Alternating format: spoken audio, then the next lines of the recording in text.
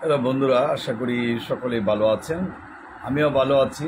আজকে এই পেজে লাইভে আসলাম কারণ আজকে ঈশ্বরগঞ্জ চৌকি আদালতে যাব। যারা আমার সাথে নান্দাইল ঈশ্বরগঞ্জ চৌকি আদালতের যেসব মামলা থাকে, সাধারণত সেখানে দেখা যায় জমি সংক্রান্ত মামলা বেশি ওই আদালতে, যে জমির বিভিন্ন প্রবলেম রয়েছে। কারো হয়তো দলিলে ভুল, কারো হয়তো জমি রেকর্ডে ভুল, বা কেউ প্রিএমশন মামলা করবেন, অথবা কেউ জমি দখল করেছে বা দখল করার জন্য হুমকি দিচ্ছে, সেসব জমি পুনরুদ্ধার করার প্রয়োজন। বা আপনার দেখা গেছে জমির ক্ষেত্রে বিভিন্ন ধরনের সমস্যা হয়ে থাকে। যারা এইসব মামলা সাধারণত একটা নির্দিষ্ট পরিমাণ অ্যামাউন্টের মামলাটি ঈশ্বরগঞ্জ চৌকি আদালতে হয়। এটা অনেকেই জানা আছে যে আপনার ঈশ্বরগঞ্জ এবং গৌরীপুর এবং নান্দাইল এই তিনটি উপজেলা নিয়ে এখানে নির্দিষ্ট পরিমাণ অ্যামাউন্টের মামলাগুলো এখানে হয়, জমি সংক্রান্ত যত ধরনের মামলা বা পারিবারিক মামলা। এর বাইরে যেগুলো রয়েছে দুবাওরা বা ফুলবাড়িয়া, তারাকান্দা, আপনার হালুয়াঘাট, মুক্তাগাছা, ত্রিশাল, বালুকা এবং আপনার গফরগাঁও ও পাগলা থানা, এই মামলাগুলো আবার ময়মনসিংহ জেলা জজ আদালতে হয়ে থাকে।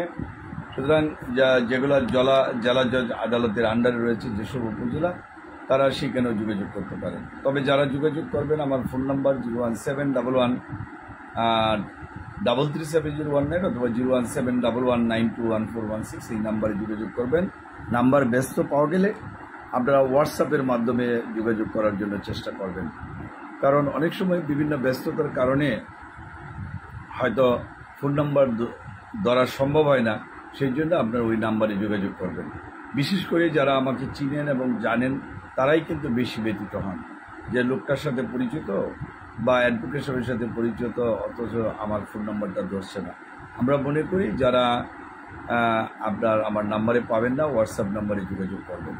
আর যারা জমি সংক্রান্ত পরামর্শ নিতে চান, যে রেকর্ডেবল অথবা অন্য জমি দখল করতে চাচ্ছে, বা পেনশন মামলা বা বিয়ে বা ডিভোর্স বা দেড়মহর পারিবারিক মামলার ব্যাপারেও যদি যোগাযোগ করতে চান, তারাও আমাদের সাথে যোগাযোগ করতে পারেন। বা চেকের মামলা রয়েছে, বা ময়মনসিংহ আদালতে বিভিন্ন ক্রিমিনাল মামলা রয়েছে, অথবা ঢাকা কোর্ট অথবা গাজীপুর কোর্টে আপনার মামলা রয়েছে, বা বাংলাদেশের যে হাইকোর্ট বিভাগ বা সুপ্রিম কোর্টে মামলা রয়েছে, তারাও কিন্তু আমাদের সাথে যোগাযোগ করে পরামর্শ নিতে পারেন, যারা চিনেন এবং জানেন।